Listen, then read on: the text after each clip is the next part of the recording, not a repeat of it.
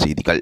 பவித்ரா பாடிய பொழுதும் கண்ணீர் விட்ட எஸ்பியின் மகன் சரண். பவித்ராவினால் இந்த பாடலை எவ்வாறு அழகாக பாடுகின்றார் என்று அவர் ஆச்சரியமடைந்திருந்தார். பாடுவதை நிறுத்தச் சொல்லி அந்த சரணங்கள் வரும்பொழுது தனது அப்பாவின் ஞாபகம் வந்ததாக அவர் கூறுகின்றார்.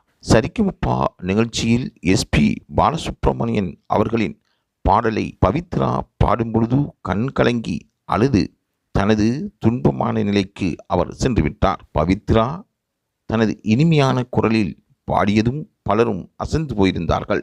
இந்த அளவுக்கு இந்த பெண் பாடுகின்றார் என்பது பலருக்கும் ஆச்சரியத்தை ஏற்படுத்தியிருந்தது. சரிகமபா நிகழ்ச்சிக்கு பவித்ரா கிடைத்தோர் வரப்பிரசாதம் என்றும் அவருக்கு வாழ்த்துக்கள் தெரிவிக்கப்பட்டன.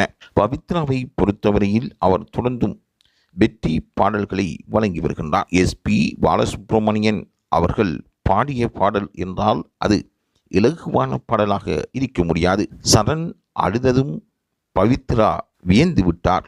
இந்த பாடலுக்கு சரண் மீது இருக்கின்ற அந்த நினைவுகள் ஊட்டப்படுவதாகவும் எஸ்பி பாலசுப்ரமணியன் பாடியதை ஞாபகம் ஊட்டுவதாகவும் சரண் அவர்கள் கூறியிருந்தார்.